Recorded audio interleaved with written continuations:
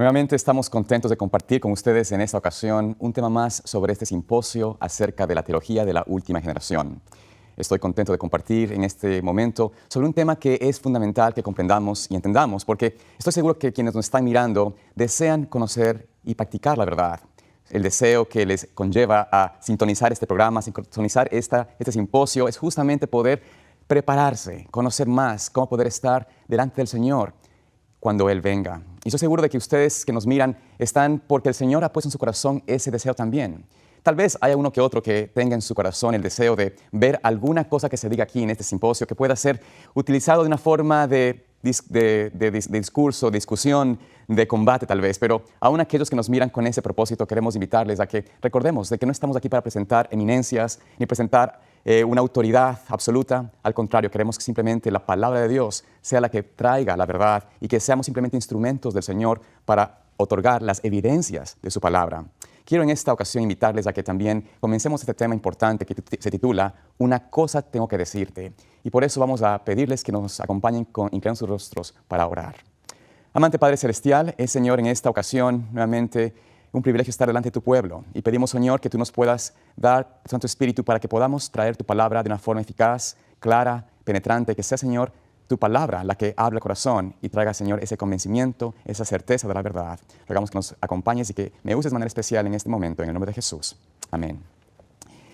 Es alguna de las mayores preocupaciones que tengo como pastor, es poder asegurarme o tratar de asegurarme de que los miembros de mi iglesia puedan tener una experiencia cristiana balanceada, correcta, cimentada y fundamentada en Jesucristo.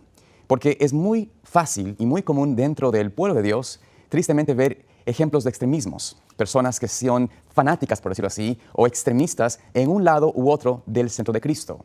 Hay personas que ustedes conocen, estoy seguro, que han hecho su mensaje, su evangelio, el aspecto de su alimentación, o algunos el aspecto de su vestimenta, a otros el aspecto de lo que se debe ver o no se debe ver. Otros hacen énfasis en algunos aspectos de la conducta, algunos en la manera de la relación que tenemos que tener entre esposos, familias, entre amigos, entre gente de laboral. Y también existe, por supuesto, el extremismo de no poner ningún énfasis a ninguna cosa de formas o de normas o de leyes o de conductas y simplemente aceptar o creer de que el Señor nos puede salvar en la condición en que estamos sin ningún tipo de cambio. Todos estos extremismos, estos extremos, ¿no es cierto?, fanatismos, por decirlo así, son algo que continuamente acecha al pueblo de Dios, especialmente en el tiempo en que vivimos. Y estoy seguro que ustedes han experimentado o han visto esto en sus vidas. Y espero que, pues, por eso, Señor, no sea su caso caer o estar en este tipo de extremismos. Sin embargo, hay algo importante que justamente este mensaje distintivo de la iglesia nuestra, el mensaje de esta teología, este concepto de la última generación, esto atrae usualmente a quienes desean sinceramente conocer más cómo podemos tener ese carácter de Dios. Y por ende, nos lleva a conocer o buscar más y más información de qué es lo que debemos nosotros hacer en la preparación para recibir al Señor Jesús. Y esto hace que entonces haya un peligro muy latente que es caer en lo que denominamos el legalismo. El legalismo. Y el legalismo es en realidad una posición opuesta al Evangelio de la gracia. De alguna manera, el caer en esta experiencia de legalismo nos lleva a una posición peligrosísima porque es muy similar a la verdadera experiencia que Dios quiere que tenga su pueblo. Cuando una persona realmente está haciendo la voluntad de Dios, en la manera que podemos ver en la forma externa, cuando vive una vida pegada a la palabra de Dios, en lo que el hombre puede mirar, es muy posible que esté esa persona en una experiencia de legalismo, sin necesariamente saber su condición. Porque como les decía al principio, cuando vemos personas en extremismos, es mucho más fácil entender que están equivocados, que están en un error, que están en un desbalance en sus vidas. Pero cuando una persona está cumpliendo en la aparente experiencias de su vida las normas de la palabra de Dios, las doctrinas, las enseñanzas, los mandamientos de la palabra de Dios, es mucho más difícil que esa persona se dé cuenta de su estado, ya sea legalista o si realmente está conectado a la fuente que es Cristo.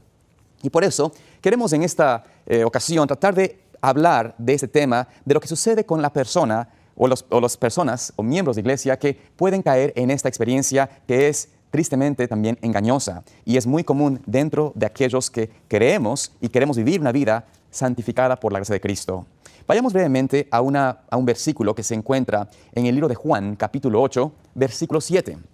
Notamos allí una característica de una experiencia que tuvo una mujer pecadora con otros que tenían una experiencia religiosa legalista de formas, de una apariencia de piedad, pero que realmente en sus vidas negaban esa eficacia de ella. Dice allí la palabra del Señor en Juan 8:7.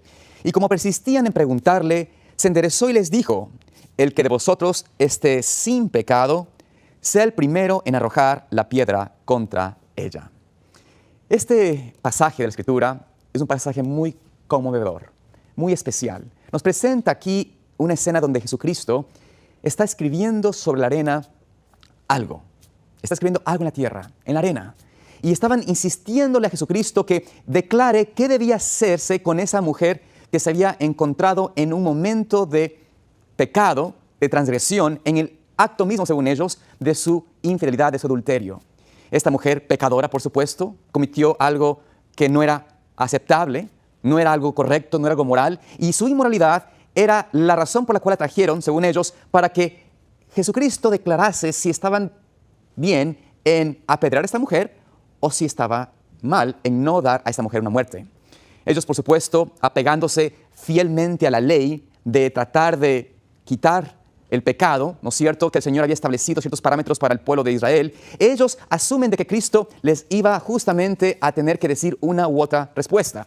Pero en esta experiencia, Cristo simplemente ignora un poco sus clamores. Pero tanto era la insistencia de decir: mira, esta mujer está aquí delante de nosotros, ¿qué es lo que debemos hacer? ¿No es cierto? ¿Qué es lo que hay que hacer?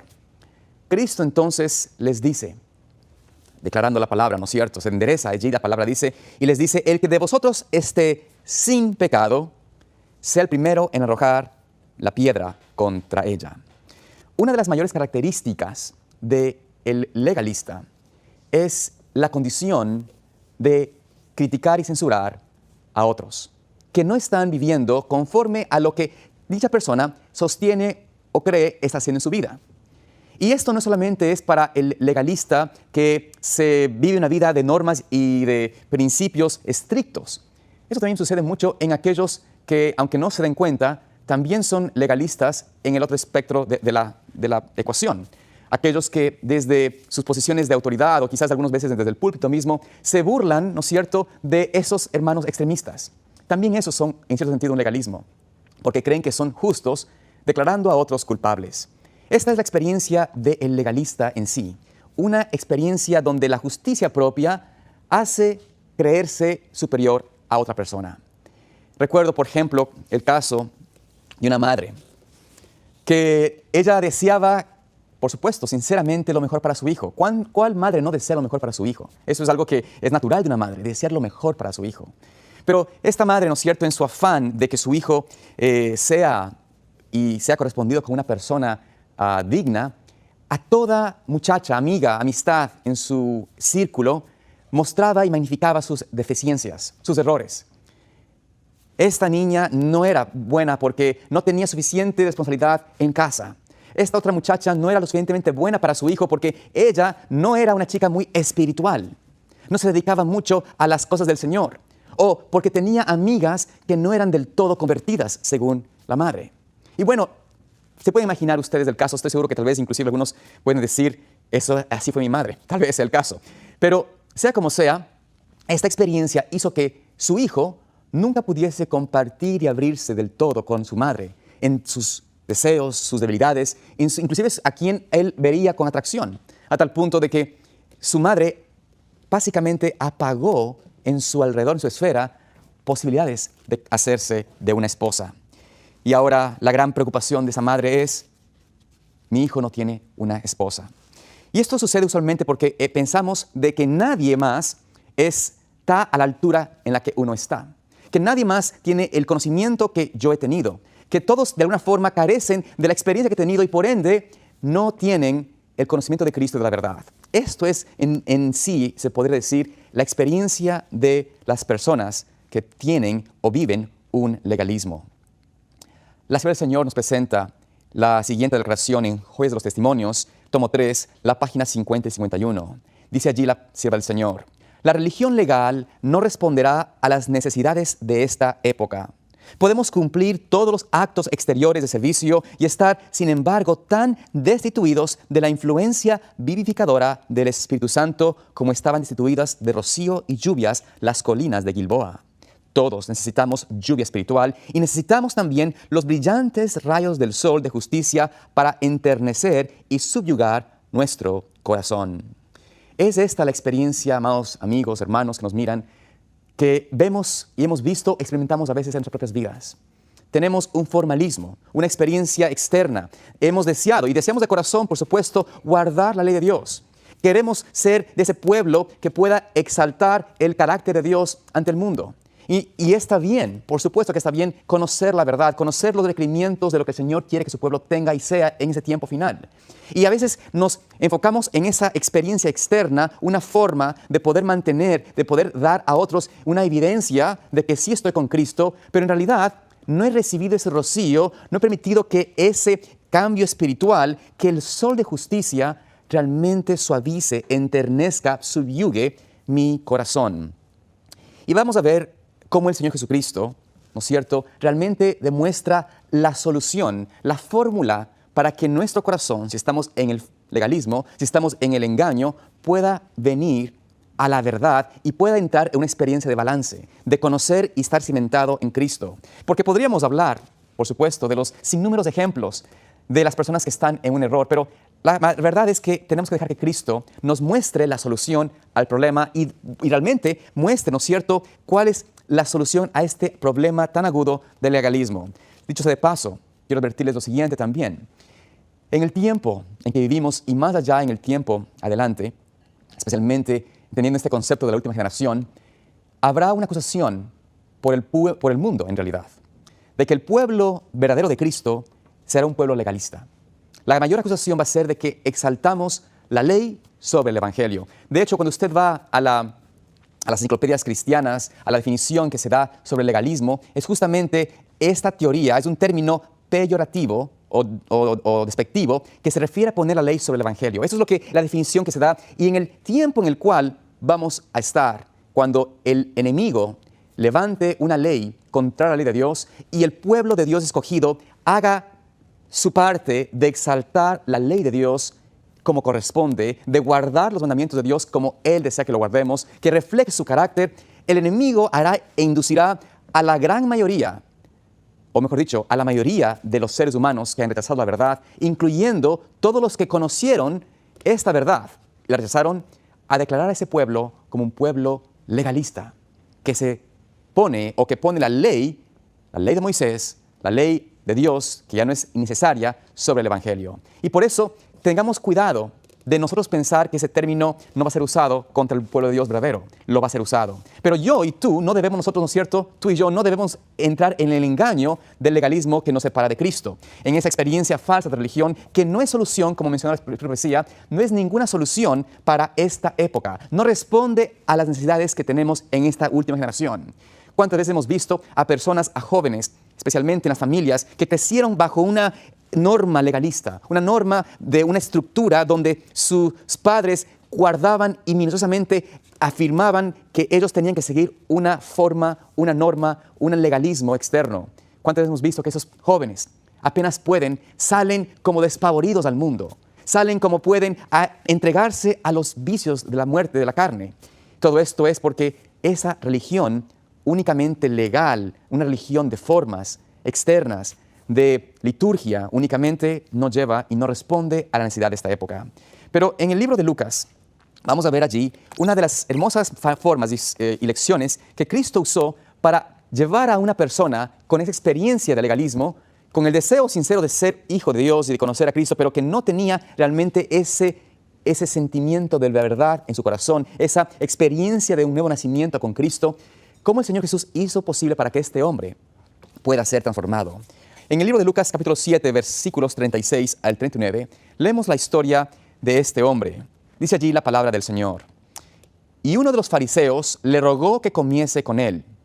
Y entrado en casa del fariseo, se sentó a la mesa. Y aquí una mujer de la ciudad que era pecadora, cuando supo que Jesús estaba a la mesa en casa del fariseo, trajo un frasco de alabastro de ungüento y estando detrás de él a sus pies, llorando, comenzó a regar sus pies con lágrimas y los enjugaba con los cabellos de su cabeza y besaba sus pies y los ungía con el perfume. Y cuando vio eso el fariseo que le había convidado, habló entre sí diciendo: si fuera profeta, conocería quién y qué clase de mujer es la que le toca, que es pecadora. Es así como vemos la condición de este hombre. Él deseaba realmente estar y conocer más de Jesús. Este hombre, en realidad, nos dice la palabra inspirada, era Simón el leproso, y este hombre estaba realmente agradecido con el Señor Jesucristo por haber hecho posible su curación, sanar su enfermedad. Y deseaba hacer algo por el maestro, mostrarle que lo apreciaba, que lo quería, que él deseaba aprender más de él. Y entonces hace esta invitación, lo trae a Jesucristo, y allí en esa experiencia, ¿no es cierto?, ve que hay una mujer, la misma mujer que nos menciona el libro de Juan. Esta mujer, ¿no es cierto?, va allí a darle a él, un obsequio que para ella era todo lo que podía dar, todo lo que ella podía entregar en respuesta, en gratitud a lo que Cristo había hecho por ella.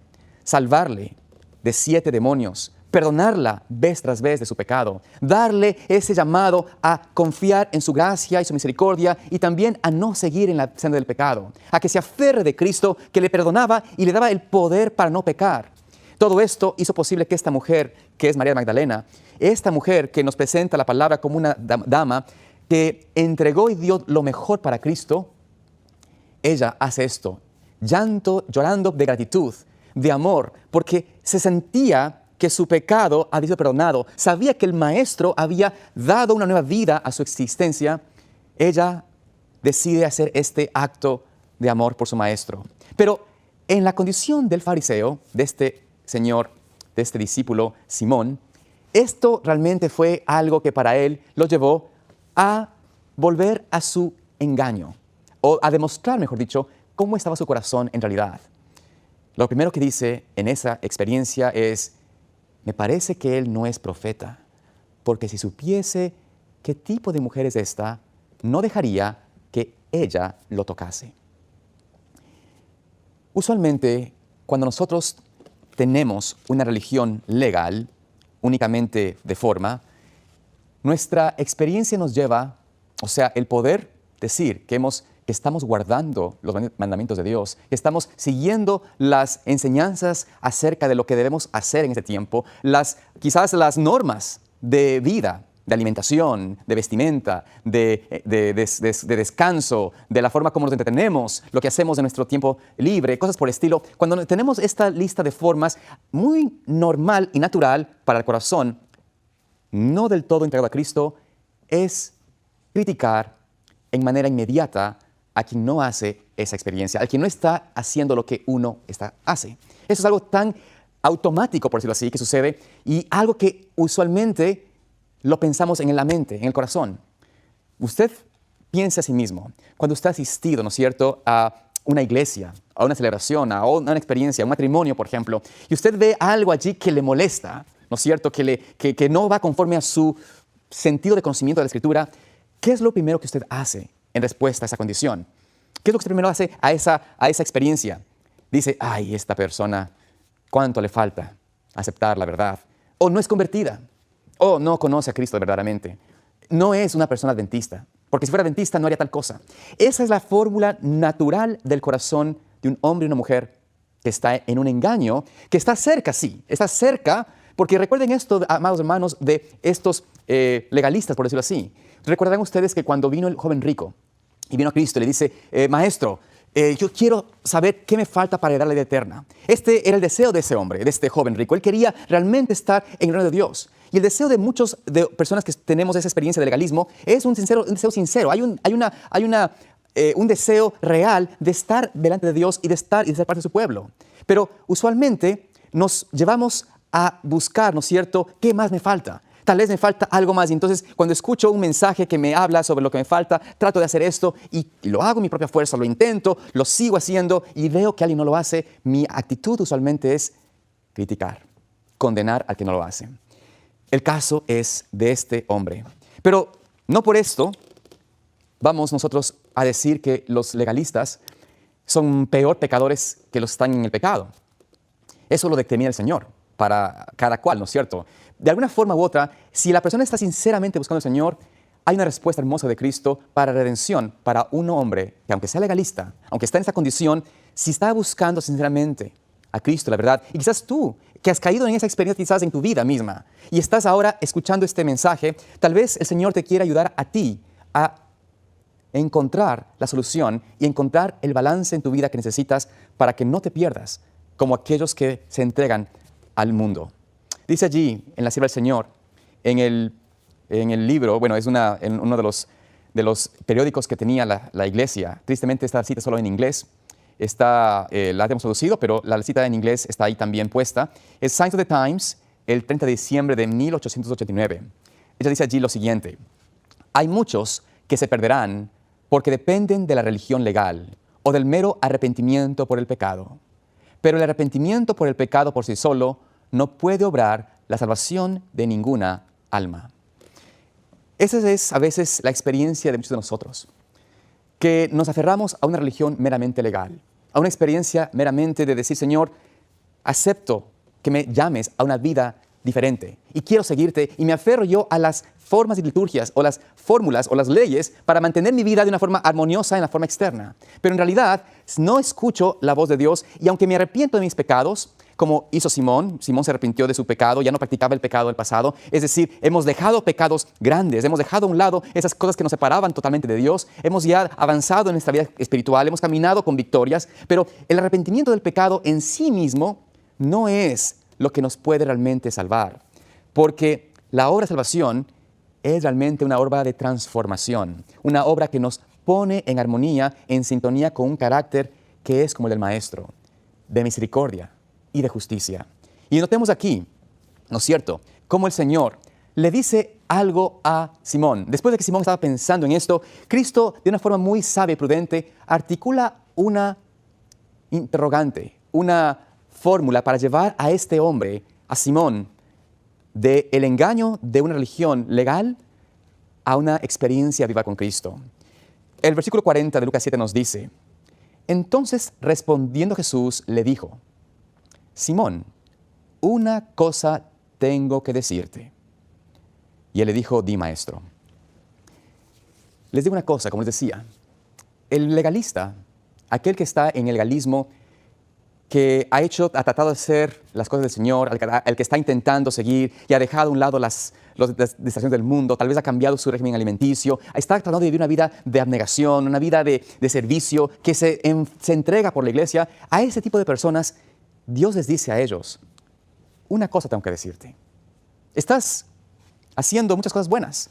Ustedes recordarán cómo el Señor, hablando de los fariseos, en Mateo 23, ¿no es cierto? Allí el Señor Jesús les dice a los fariseos, perdón, a los discípulos, a los que escuchaban, les dice que todo lo que dicen los fariseos, guardadlo, hacedlo.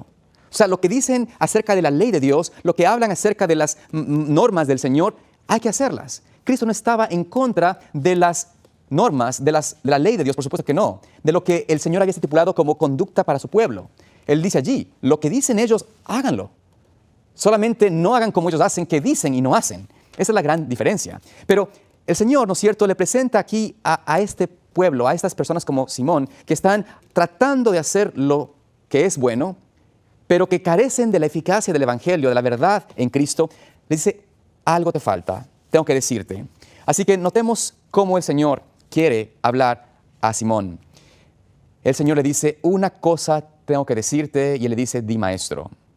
Nuevamente, en el libro, en el periódico Signs of the Times, en la revista Signs of the Times, la misma párrafo, tenemos esta declaración que la traducimos del inglés al español. Dice allí, en 30 de diciembre de 1889, el hombre no puede ser salvado por sus propias obras. Sin Cristo es imposible para él rendir perfecta obediencia a la ley de Dios, y el cielo nunca puede ser ganado por una obediencia imperfecta, porque esto pondría todo el cielo en peligro y haría posible una segunda rebelión. No sé si ustedes aquí notan lo que está diciendo la palabra inspirada. Está hablando justamente de ese tipo de personas como Simón, que tratan de guardar y salvar y mantener la ley en perfecta obediencia. Pero eso, guardar la ley en perfecta obediencia sin Cristo, es imposible. Es imposible. ¿Por qué es imposible? Porque como en el caso del joven rico, como en el caso de este Simón, el corazón demuestra que lo que tenemos no es amor por el pecador, sino rechazo por aquel por el cual Cristo pagó un precio infinito. Y por eso nos sentimos tan fácilmente dignos de juzgar y de condenar al pecador, porque estamos separados de Cristo. Estamos separados de Cristo, no nos damos cuenta que la única manera de realmente poder ser verdaderos hijos de Cristo y guardar su ley perfectamente es si Cristo mora en nosotros. En el Deseo de todas las gentes, la página 143, dice lo siguiente también la Sierva del Señor. El que está tratando de alcanzar el cielo por sus propias obras, observando la ley, está intentando lo imposible. No hay seguridad para el que tenga solo una religión legal, solo una forma de la piedad. La vida del cristiano no es una modificación o mejora de la antigua, sino una transformación de la naturaleza. Se produce una muerte al yo y al pecado y una vida enteramente nueva. Este cambio puede ser efectuado únicamente por la obra eficaz del Espíritu Santo. He aquí vemos cómo la Sierva del Señor nos declara, nos muestra que es imposible para nosotros, es realmente algo imposible poder guardar la ley perfectamente en nuestra propia esfera. Es intentar lo imposible. Los judíos, los fariseos lo intentaron y fueron realmente un fracaso. Los hombres, ¿no es cierto?, a lo largo de la historia que intentaron mantener la ley de Dios sin apartarse de ella, sin Cristo, sin el Salvador, en sus experiencias han fracasado y fracasarán todo aquel que ha tratado de hacer algo que no se puede sin ese cambio, sin la transformación que viene a través del Espíritu Santo. Y por eso Cristo le presenta a Simón una ilustración. Volviendo a Lucas 7, 41 y 42, Cristo le pregunta a él. La única cosa que tenía que decirle era esta pequeña ilustración. Un acreedor tenía 2 deudores. El uno le debía 500 denarios y el otro 50. Y no teniendo estos con qué pagar, perdonó a ambos. Di pues, ¿cuál de ellos le amará más? Aquí vemos algo interesante, cómo Jesucristo le presenta a él una experiencia personal para llegar al entendimiento de la verdad, a darse cuenta de su propia condición. Cristo podría haberle refutado, condenado inclusive, decirle, tú, ¿cómo piensas mal de esta pobre mujer? Esta mujer que tú mismo fuiste uno de aquellos que la llevaron al camino de perdición. Cristo podía haberle desenmascarado sus pecados, su vida de pecado y demostrarle que él era aún mayor pecador. Pero Cristo no destruye al pecador, no vino a condenar al pecador, sino a salvar al pecador. Y a través de su experiencia, a través de este lenguaje muy hermoso, una ilustración muy sencilla que pudiese él comprender, le dice, ¿no es cierto?, esta historia. 2 deudores. Uno debía 500 y otro 50. Y este hombre que tenía, ¿no es cierto?, el dinero que prestó, este hombre les perdona a los 2 por igual. Le pregunta, ¿cuál de los 2 crees tú amará más a ese señor, a que le prestó el dinero? En la siguiente declaración de la Sierva del Señor, yo quiero que comprendamos qué es lo que sucede. ¿A dónde es que Cristo quería realmente llevarnos? Nuevamente en la revista Sunday Times, 30 de diciembre, nos sigue diciendo la pluma inspirada lo siguiente. Dios salva al hombre a través de la sangre de Cristo solamente, y la creencia y lealtad del hombre a Cristo es la salvación. No es un enigma para los ángeles comprender que el sacrificio infinito hecho por el Hijo de Dios sea lo suficientemente amplio como para dar salvación a una raza caída, pero que este sacrificio expiatorio debería haberse hecho es una maravilla asombrosa para el universo. Es un misterio que los ángeles desean mirar.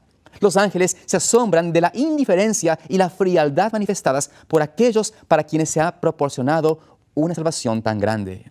Miran con dolor y santa indignación a aquellos que no buscan apreciar el don indescriptible de Dios.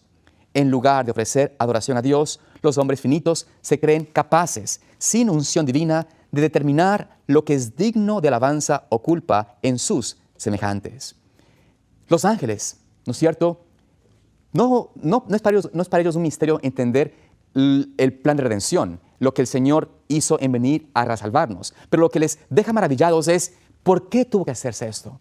Esa calidad de amor es lo que les deja a ellos como un misterio. Y cuando se dan cuenta y ven que los seres humanos, nosotros, muchas veces nos enfocamos, ¿no es cierto?, más en quién es digno o no, quién es realmente más pecador o no, esto les deja llevar a ellos, ¿cómo es posible que no se den cuenta del precio que se pagó por salvarnos, del precio que se pagó para pagar esa deuda. Y cuando Cristo le presenta a Simón esta experiencia de esos dos deudores, le estaba indicando a él que su mirada de Simón estaba no en su propia experiencia, sino como es de costumbre, como es natural en el corazón carnal humano, en el corazón de orgullo, del yo, de condenar y mirar a otro como inferior. Noten aquí la respuesta de Simón, versículo 43. Y respondió Simón y dijo, pienso que aquel a quien le perdonó más. Y él le dijo, rectamente has juzgado. Pongamos a pensar, estimados amigos, ¿cómo puedo yo realmente no caer en el engaño del legalismo? ¿Qué puedo yo hacer para no caer como cayó Simón, como el joven rico y como muchos otros fariseos, doctores de la ley, que estuvieron cerca, dice la palabra, están cerca de Dios, pero no pudieron realmente llegar a entrar en su reino? ¿Cómo podemos hacer para que podamos, como Simón, encontrar una respuesta que nos lleve al arrepentimiento verdadero y al balance y a la esencia que es estar en Cristo? Lo dice la palabra inspirada nuevamente en la revista Science of the Times, el siguiente párrafo. El don más grande que Dios podía otorgar a los hombres fue otorgado en el don de su Hijo amado. El apóstol dice, el que no perdonó a su propio Hijo, sino que lo entregó por todos nosotros, ¿cómo no nos dará con Él también libremente todas las cosas?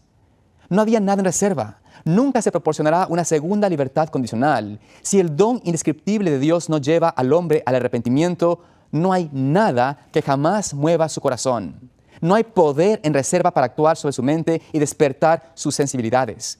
Todo el carácter de Dios fue revelado en su Hijo. Toda la gama de posibilidades del cielo se muestra para la aceptación del hombre en el Hijo del Infinito. El camino para el regreso del hombre a Dios y al cielo no tiene barreras. Las incomparables profundidades del amor del Salvador han sido demostradas, y si esta manifestación del amor de Dios para con los hijos de los hombres no prevalece para atraer a los hombres hacia sí mismo, no hay nada que lo haga. Esta es la alternativa, la única respuesta para aquella persona que, como Simón, está en una condición de legalismo. Contemplar a Cristo. Contemplar la pureza del Señor Jesucristo. Darse cuenta de que nosotros somos pecadores. De que no existe en nosotros mismos nada bueno. De que la única alternativa para poder prepararnos para ser parte de la última generación está en buscar primeramente a Cristo, entregarnos a ese amor infinito, contemplar, y hemos hablado de esto y han escuchado ustedes en otros predicadores acerca de la importancia de mirar a la cruz del Calvario, contemplar lo que Cristo hizo para darnos vida eterna, el precio que costó nuestra salvación, y darnos cuenta de la inmensa deuda, de la impagable deuda que tenemos con aquel que nos dio todo. Esto fue lo que llevó justamente a Simón a entender la experiencia que estaba él viviendo. Y por eso Cristo le dice a él, versículo 44 al 47, le dice de una manera amable, pero puntual. Y vuelto a la mujer, dijo a Simón, versículo 44 al 47, ¿ves esta mujer? Entré en tu casa, no me diste agua para mis pies, mas esta ha lavado mis pies con lágrimas y los ha enjugado con los cabellos de su cabeza. No me diste beso, mas esta, desde que entré, no ha cesado de besar mis pies. No ungiste mi cabeza con aceite, mas esta ha ungido con ungüento mis pies. Por lo cual te digo que sus muchos pecados le han sido perdonados, porque amó mucho. Mas a quien se le perdona poco, poco ama. Esta es la experiencia que Cristo hace hincapié acerca de la vida de Simón. Le declara que él tiene delante de sí dos alternativas: seguir amando poco, continuar en esa experiencia engañosa de sentirse que su justicia, que hace lo suficiente ya para merecer el cielo, de que ya ha hecho lo suficiente y de que es una persona que tiene ya una relación con el Señor y que tiene amor por el Señor, pero es poco delante del Señor. ¿Por qué? Porque su experiencia y su vida lo lleva a continuamente fijarse en el error ajeno, en lo que otro no hace, en lo que otro le falta, en lo que el otro no ha podido cumplir, en lo que aquellos que están hablando desde el púlpito no hacen. Todo esto crea en esta persona un falso sentido de seguridad. Y Simón se sentía que estaba realmente él, como él pensaba, delante de un hombre cualquiera. No pensó que era profeta. Pero cuando Cristo le presenta esta ilustración, empieza él a darse cuenta de la enormidad de su pecado, de la enormidad de lo que él había hecho. Se da cuenta de que esa pobre mujer fue víctima de sus propios pecados y concupiscencias. Se da cuenta de que el maestro conocía su corazón y conocía que él era presto para condenar, para juzgar, pero no presto para el arrepentimiento. Y por ende, Cristo le hace una invitación. Le dice, el que se da cuenta de sus muchos pecados, amará más. Tendrá el amor que fluye libremente, sin restricción alguna, para bien. Esta mujer había dado todo para su maestro. Había preparado a Cristo para el sepulcro. Había preparado a Cristo ungiéndolo para ser el cordero que sería inmolado, muerto por nosotros. Y esta obra que es declarada por Cristo como una parte esencial del Evangelio, lo que hizo esta mujer, esta es la obra que Cristo le indicó a Simón, podía también ser la suya. Si él se da cuenta de su necesidad de Cristo, de su necesidad de una transformación genuina en el carácter. La respuesta, amados amigos, al legalismo, al engaño del legalismo, es olvidarse de quién es Cristo y cuánto le debemos a Él. Olvidarse de que únicamente yendo a Él en forma continua, diaria, constante, podremos alcanzar la victoria de Cristo, no la propia, no la nuestra. El comprender de que estamos viviendo en tiempos solemnes, de que lo que se avecina no es nada fácil. Esto nos debe llevar a nosotros a los pies de Cristo continuamente y declararnos como pecadores, para que nos limpie, nos quite ese corazón orgulloso, lleno de yo, de supremacía, de jactancia, de declarar a otro como inferior. Y eso es un llamado que se hace no solamente al legalista en la manera que hemos visto de aquellos que son siguiendo las normas. También un llamado al pecador que cree que la salvación es por gracia únicamente y no hay necesidad de transformación. Porque ese también declara que aquellos que siguen la ley de Dios son también incorrectos. Y se mofan y se burlan de aquellos que tratan de guardar la ley y los que guardan la apariencia o buscan las formas correctas. Hemos visto eso desde los púlpitos, hemos visto eso en medios de reuniones. Continuamente hay quienes hacen esa declaración en forma de burla. Pero Cristo dice, ustedes dicen que me aman, no se dan cuenta de sus pecados, no se dan cuenta de la condición de su corazón y por eso nos llama a nosotros a buscar realmente alabar al Señor, a darnos cuenta que como esa mujer, como María Magdalena, podemos ir a los pies de Cristo y entregarnos en absoluta entrega de amor y gratitud, porque Él nos perdona, porque pagó ese precio infinito que todo el universo se maravilla y dice, ¿por qué se tuvo que hacer eso? Entendemos que su misericordia es abarcante, que su gracia es suficiente, entendemos el concepto, pero ¿por qué tuvo que hacerse ese misterio? No lo pueden comprender. Pero nosotros podemos recibir ese don precioso hoy, aceptando a Jesucristo y aceptando que podemos ser transformados a su semejanza. Nos dice la palabra del Señor en la matutina Reflejemos a Jesús, la página 61, lo siguiente. Una religión formalista no basta para poner el alma en armonía con Dios. La única fe verdadera es la que obra por el amor para purificar el alma. Es como una levadura que transforma el carácter. ¿Por qué el énfasis que hace Cristo a Simón acerca de amar, de entregarse, de darse cuenta de la condición que estaba? Porque únicamente así podemos nosotros recibir ese don de Dios, que es el amor de Dios, para que fluya de tal manera que pueda transformar el carácter. Y en vez de nosotros sentirnos o alejarnos, aislarnos de los que están en tinieblas, buscaremos realmente ser esas antorchas que iluminan, irradian luz, que irradian amor, que irradian servicio, entrega para otros. Lo más triste para el pueblo de hoy, para el pueblo adventista, para los que nos contemplan y nos miran, es que no comprendemos este concepto de amor genuino.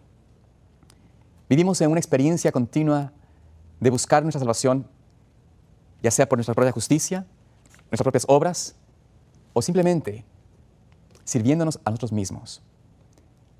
El amor verdadero de Dios nos va a llevar a depositar, como hizo María, todos los pies de Cristo. Simón, cuando se vio en contraste con ella, se dio cuenta de su gran pecado, que tenía orgullo, egoísmo, vanagloria. Se sentía que ya era alguien correcto. Y esto hizo que él realmente salga de esa experiencia transformado. El Espíritu Santo vino a su corazón y le convenció de su condición, y así Simón se convirtió en un fiel discípulo de Cristo. Cuando entendió la experiencia que transformaría su vida, la experiencia de aceptar el amor de Dios, por el pecado o los pecados que él había cometido, por recibir esa experiencia que le transformaba, y empezó él entonces a alabar de una forma diferente al Señor. Cada aliento, dice la pluma inspirada, nuevamente en la revista Signs of the Times, nuevamente dice allí, que cada aliento de alabanza, cada palabra de exaltación fluya hacia aquel que es digno, fluya hacia Jesús, el príncipe de la vida, el Cordero de Dios que quita el pecado del mundo. Elevad la cruz de Cristo, elevad al mediador, levantad a Jesús. En Él está todo lo noble. Contemplad a Dios en Cristo. Está rodeado de ángeles, querubines y serafines que le contemplan continuamente. Voces angélicas día y noche claman ante Él, Santo, Santo, Santo, Señor Dios Todopoderoso, que fue y está por venir. En el libro de Salmos 91:14 nos presenta la experiencia que tendremos cuando realmente contemplamos el infinito amor de Cristo y recibimos de Él esa verdadera experiencia transformativa de su perdón, de su justicia, de su santificación. Dice allí, por cuanto en mí ha puesto su amor, yo también lo libraré. Lo pondré en alto por cuanto ha conocido mi nombre. Poder tener el trasunto de la ley de Dios en nuestras vidas, el carácter de Dios en nuestras vidas, el carácter que significa amor puro, amor a Dios y amor al prójimo, esa es la alternativa, la única experiencia que podemos nosotros obtener, alcanzar a través de Cristo si realmente nos entregamos en voluntad completa a Él. La única salida, lo que nos falta, la única cosa que el Señor le dijo a Simón que tuviese era que entendiese la dimensión de la experiencia de la misericordia del amor de Dios, de la gracia de Dios que está en el Evangelio de Cristo y cómo eso nos transforma una vida donde nos deleitamos en hacer su voluntad. Creemos que Cristo quiere una iglesia reformada, revivida, reavivada. Por supuesto que sí. Requiere de seres humanos, no de una estructura, sino de los miembros de iglesia, que puedan realmente ser diferentes a lo que el mundo lleva, a lo que el mundo dice, que puedan ser hombres y mujeres que puedan declarar, como nos dice en Apocalipsis 4:11, Señor, digno eres de recibir la gloria, la honra y el poder, porque tú creaste todas las cosas y por tu voluntad existen y fueron creadas. Alabamos al Señor porque Él creó en nosotros un nuevo corazón. Alabamos a Dios porque solo Él merece la honra y la gloria. Nos deleitamos en hacer su voluntad, nos deleitamos en seguir sus mandamientos, no porque sean gravosos, no, porque Él fluye en nosotros por medio de su Espíritu. Por eso podremos alabar al Señor y diremos, como dice Apocalipsis 5:12, el Cordero que fue inmolado es digno de tomar el poder, las riquezas, la sabiduría, la fortaleza, la honra, la gloria y la alabanza. Y diremos también, como nos dice Apocalipsis 15:3 y 4, grandes y maravillosas son tus obras, Señor Dios Todopoderoso, justos y verdaderos son tus caminos, Rey de los santos. ¿Quién no te temerá, Señor, y glorificará tu nombre? Pues solo tú eres santo, por lo cual todas las naciones vendrán y te adorarán. Esta será la declaración del pueblo de Dios victorioso, porque en su experiencia alcanzaron a conocer la dimensión del verdadero amor de Dios, lo que les hizo que su vida tenga esa experiencia de balance, de misericordia y justicia. El carácter de Dios traspuesto en nosotros es porque contemplaron a Cristo, se rindieron a sus pies, se dieron cuenta de su enormidad, de su indignidad, de su falta de algo puro en sí mismos, que declararon que la única cosa que pueden hacer es entregarse y aferrarse como se aferró Jacob al ángel. Señor, no te dejaré hasta que no me bendigas. Que esa sea tu experiencia, es mi oración en este día.